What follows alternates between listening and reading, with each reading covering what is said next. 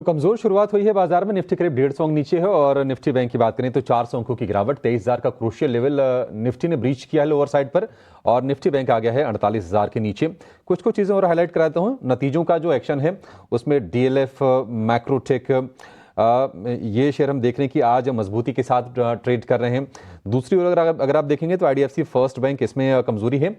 और market related जो shares हैं, सीडीएसएल, बीएसई, एमसीएक्स, आईएक्स, ये सारे के सारे कमजोरी के साथ ट्रेड कर रहे हैं। और न्यू एज कंपनी जो हैं, पेटीएम, जोमैटो, स्विगी, वहां पर भी आज के सत्र में आपको प्रेशर दिखेगा। बाजार तो खैर कमजोर है, इसमें कोई दो राय नहीं है। अब 18.25 का विक्स हो गया, करीब करीब 6% के आसपास का उछाल है। एक्सपर्ट्स को बाजार में कहां पर बढ़िया ट्रेड के मौके दिख रहे हैं, जरा ये समझने की कोशिश करते हैं। और शुरुआत करेंगे शिवांगी जी आपसे। बताइए कहां पर आपका फोकस है, क्या स्पॉट किया आपने? स्टॉक स्पेसिफिक आइडियाज के लिए मेरी नजर रहेगी ट्रैवल टूरिज्म पूरे सेक्टर में। तो यहाँ पे पहला पसंदीदा काउंटर मेरा रहेगा इंडिगो पे। स्टॉक एक अच्छी बॉटम बनाया है शॉर्ट टर्म डेली फ्रेम में, और वीकली बेसिस पे भी हमने देखा है कि एक ट्रेंड लाइन को सपोर्ट करते हुए यहाँ पे एक रिकवरी देखने को मिल रही है।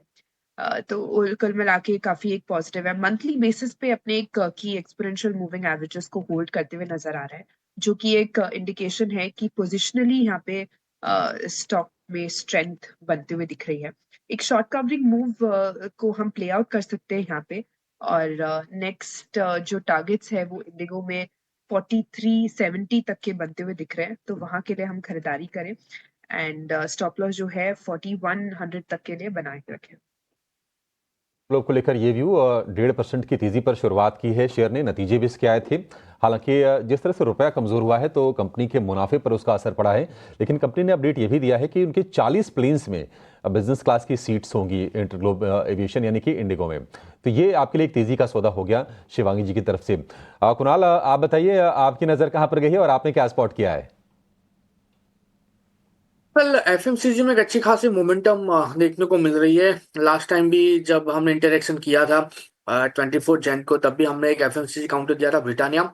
आज जो मैं देने वाला हूँ वो है डाबर का है। खरीदारी करके चलने की सलाह है। 522 523 का राउंड है एंड 21 डीएमए के ऊपर है और कहीं ना कहीं अच्छा खासा बॉटम भी बना रहा है। 515 के एसएल के साथ खरीदारी करके चलने की सलाह है। 530 530 का पहला टारगेट और 530 जैसे ही क्रॉस करेगा 538 के भी लेवल ये स्टॉक दिखा सकता है। तो डाबर खरीदारी करके चलने की सलाह रहेगी। 530 और 538, ये दो टारगेट हो गए डाबर के लिए। हल्की सी रिकवरी हम कहेंगे, मतलब रिकवरी क्या कहेंगे, आप देखेंगे कंजम्पशन वाले स्टॉक्स जो है ना, वो धीरे धीरे करके हर निशान में आपको लौटते हुए दिखेंगे।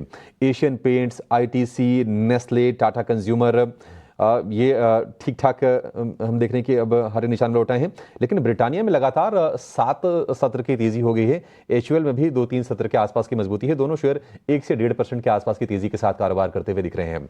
एक व्यू जरा ब्रिटानिया पर भी चाहेंगे शिवांगी। ब्रिटानिया कहां तक आप जाते हुए शेयर को देख रही हैं? जी, एफएमसीजी पैक में एक अच्छा एक्शन देखने को मिल रहा है। अच्छी रिकवरी है लोअर जोन से, और इस बार हम देख रहे हैं कि मोमेंटम जो है बाइंग में वो अच्छी तरह से गति में देखने को मिल रही है। मार्केट्स थोड़े बहुत प्रेशर में जरूर है, पर ये स्टॉक जो है एक डिफेंसिव प्ले की तरह एक्ट आउट करेगा। और यहाँ पे हम राउंड अबाउट 5350 तक के टारगेट्स एक्सपेक्ट कर सकते हैं इमीडिएटली। और 5100 के एक सपोर्ट को हम ध्यान रखें, स्टॉप लॉस आगे की तरफ ट्रेल करते हुए। ठीक है, 5100 का स्टॉप लॉस होगा ब्रिटानिया के लिए। गौरांग सर, ये जो न्यू एज वाली जो कंपनीज हैं, जोमैटो, स्विगी, देखिए स्विगी का भाव कहाँ 600 रुपये के ऊपर चला गया था। गिर गिर के शेयर ये 425 रुपये के आसपास आ गया। जोमैटो में देख रहे हैं कि अब 200 रुपये के आसपास स्ट्रगल कर रहा है। पेटीएम में भी ऊपरी स्तरों से प्रेशर हम देख रहे हैं। ये स्पेस आपको कैसा लग रहा है और क्या कहीं वैल्यूएशन के हिसाब से कोई शेयर आपको आकर्षक लग रहे हैं इस समय? अभिषेक, जब बाजार इस प्रकार की परिस्थिति में हो और मानसिकता में हो, तो वास्तविकता ये होती है कि जो भी क्षेत्र या फिर कुछ क्षेत्र के कुछ कंपनियों के शेयर जो बहुत तीव्र गति से चले थे कुछ महीनों में, उसमें इस प्रकार की गिरावट दिखना अनिवार्य है। आपने देखा होगा पेटीएम भी 650 700 से चला तो वो 1000 के ऊपर जा करके थोड़ा बहुत थमा और फिर नीचे के तरफ के दायरे। उसी तरीके से पॉलिसी बाजार, पीबी फिनटेक, उसी तरीके से आपने बताया जोमेटो और स्विगी। तो ये जितने भी नाम हमने लिए हैं, चार नाम, वो बुनियादी तर्क के आधार पर हमारी खरीदारी की राय है लंबी अवधि के लिए। और जो नाम आपने जिक्र किए थे जोमेटो और स्विगी के, तो जोमेटो में मुझे लग रहा है कि 200 के नीचे काफी सीमित, 210 के आसपास चल रहा है। तो आप वो बॉटम ढूंढने का प्रयास मत कीजिए, मेरे ख्याल से विफलता ही आपको मिलेगी और समय बर्बाद होगा आपका। तो शुरुआत कीजिए स्विगी जोमेटो। स्विगी पर तो आईपीओ नोट पर भी हमने चर्चा की थी, खरीदारी की राय थी। उसी आईपीओ नोट को एक तर्क या आधार बना करके दोनों में ही निवेश की राय होगी। प्रतिस्पर्धा बढ़ रही है, ठीक है, उसमें कोई दिक्कत नहीं है। प्रतिस्पर्धा हर क्षेत्र में आ सकती है, सिर्फ क्विक कॉमर्स में नहीं। और ये दोनों ही कंपनियां काफी स्थापित कंपनियां हैं। तो हमें लग रहा है कि अगर लंबी अवधि की विचारधारा है तो स्विगी जोमेटो और बाकी दो अन्य कंपनी, पेटीएम और पीबी फिनटेक, पॉलिसी बाजार, खरीदारी की राय है। चलिए, तो न्यू एज कंपनियों पर एक फंडामेंटल टेक और इनफैक्ट माइंडसेट जो है ना लॉन्ग टर्म प्ले का ही इस वक्त बनाकर चलना है और न्यू एज टेक्नोलॉजी या न्यू एज स्पेसेस पर भी फोकस ज़रूर किया जा सकता है, लेकिन इन स्तरों पर कोई पोजिशनल या शॉर्ट टर्म अप मूव्स की बिल्कुल गुंजाइश नहीं है। लंबी अवधि में हो सकता है कि यहाँ पर परफॉर्मेंस ज़रूर देखने को मिले। इस बीच शुरुआत जिस तरह की बाजार की होती हुई देखने को मिली, कमजोरी 23,000 के नीचे मार्क पर निफ्टी खुलता हुआ दिखा। बैंक निफ्टी 49,000 के नीचे ऑलमोस्ट 1% की कमजोरी वहां पर भी। सेक्टर स्पेसिफिक बाजार की चाल को अगर समझने की कोशिश करेंगे, सिर्फ और सिर्फ रियल एस्टेट सेक्टर है जो कि आज बाजार को संभालने का काम कर रहा है। सबसे ज्यादा कमजोरी जो है मेटल और एनर्जी स्पेस की तरफ से हाथ लगी है। निफ्टी के कॉन्स्टिट्यूएंट्स की अगर बात करें, 50 में से ऑलमोस्ट 45 कंपनियां हैं जो कि लाल निशान के साथ बिकवाली झेल रही है।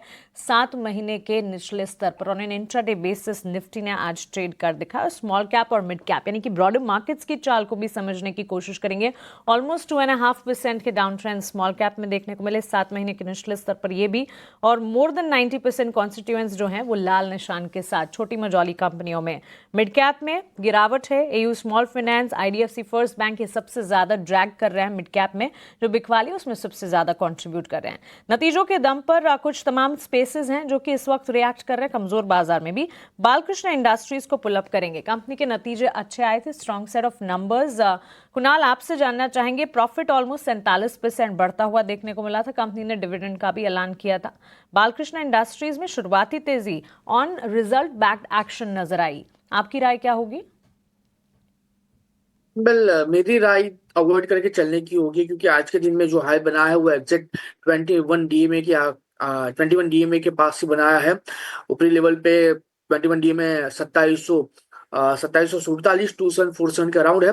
तो मैं कहूंगा कि टाइमिंग के लिए इसको अवॉइड करो। अगर ये 2750 के ऊपर सस्टेन होता है तो एक अपट्रेंड देखने को मिल सकता है, और उस अपट्रेंड के बेस पे आपको 2930 और जैसे वो ब्रेक होगा 3100 तक के भी लेवल देखने को मिल सकता है। तो टाइमिंग के लिए इसको अवॉइड करके चलने की सलाह रहेगी।